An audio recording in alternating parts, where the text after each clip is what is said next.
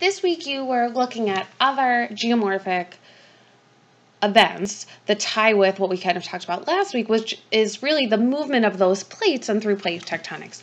And so we're looking at volcanoes and tsunami, and these slides are actually going to focus on some key things for volcanoes. So one of the things that's really important when we look at a volcanic eruption is going to be what they call the 3 V's of volcanism. So it's looking at viscosity, volatiles, and volume. Viscosity is looking at basically how the magma moves or the lava moves. Volatiles look at what's composed in there, in that magma and lava. And then volume, really just the sheer amount. And so if we start with viscosity, viscosity is a measure of the fluidity of a liquid. The lower the viscosity, the more liquid-like it is. So water has a very low viscosity. We can think of some high viscosity things that would be like honey, molasses, peanut butter, jelly, things that move more slowly but are certainly still a liquid and can behave like a liquid, but it's a much slower movement. Okay, there's 3 things that we can look at that when we're specifically looking at magma and lava that are going to impact what does the magma and lava look like in terms of its viscosity. So we have temperature, silicon and oxygen, and mineral content.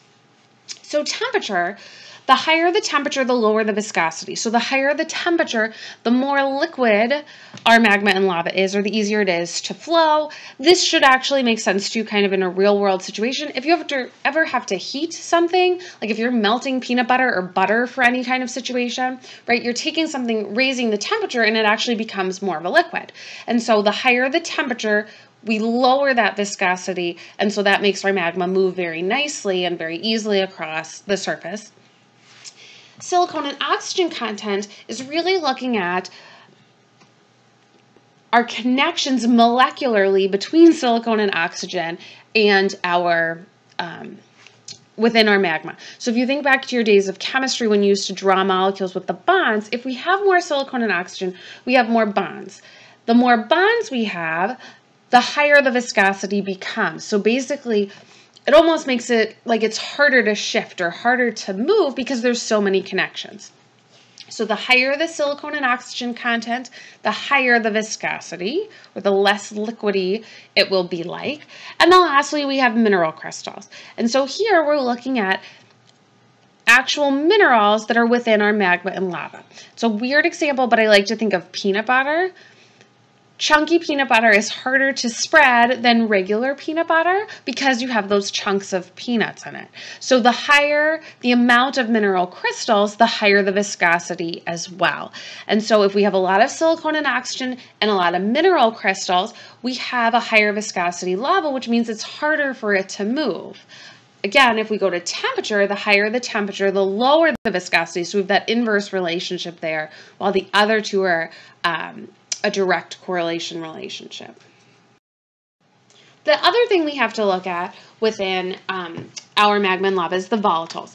And these can be any kind of gases, including water vapor. So some are going to be things that we wouldn't want to breathe in.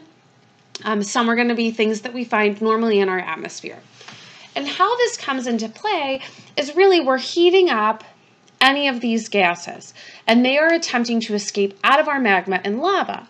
And so tying very nicely with our viscosity is we can almost determine how explosive our eruption is going to be. If we have a lot of dissolved gases in our magma and lava, if we have a low viscosity magma, so one that's very fluid-like, it's a lot easier for these gases, once they get heated up, to escape out through the magma and into the atmosphere. So think of just boiling a pot of water.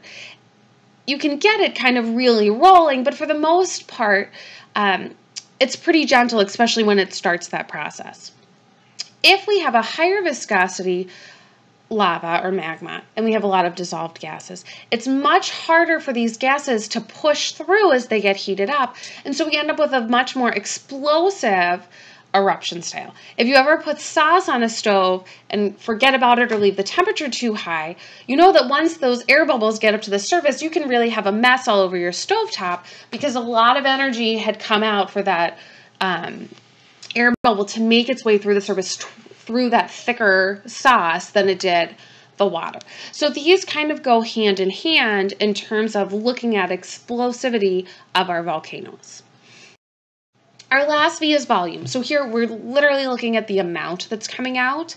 We have basalt floods or flood basalts, they use the terms interchangeably in research, that are peaceful eruptions that are erupting for years at a time.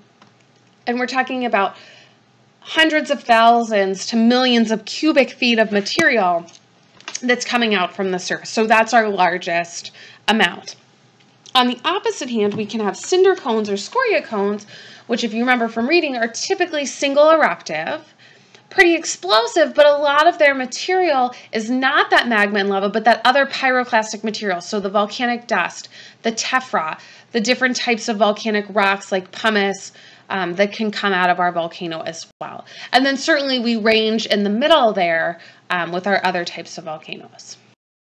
What your textbook does that's nice is it puts it together in a little chart here, and so we'll kind of look at these. So if we're looking at a low viscosity lava or magma, so very liquidy, low volatile, so we don't have a lot of those gases trying to make their way to the surface, and a large amount of volume, we tend to see that we're going to have a shield volcano. Remember from reading, those are your volcanoes that are very, very wide in comparison to their height.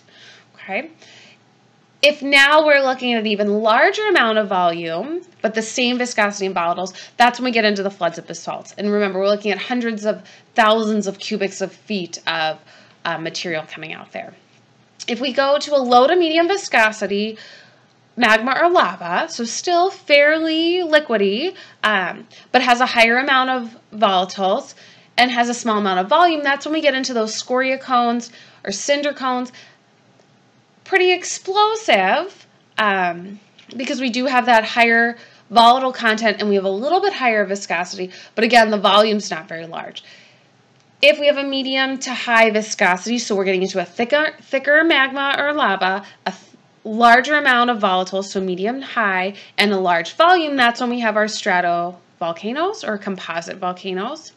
And then the last two on this list are more landforms. So if we have a very slow-moving, thick magma, low amount of volatiles, so we don't have anything really then that's pushing it or putting any explosiveness in that eruption, and a small amount of volume, we actually get lava domes. We typically see this happen where the lava or the magma makes its way up through the center part of the volcano to the vent, but then never really does anything. So it just makes this little cap on the top of our volcano.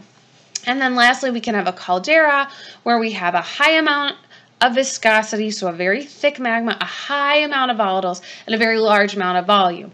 What's happening here is after our eruption now, we have expelled all of this magma and lava pretty explosively, but we've left a pretty big empty spot now within our landform, and so basically now there's air in there and it can't support the rest of the weight of the structure of our old volcano, and so we have a collapse in that results in a caldera.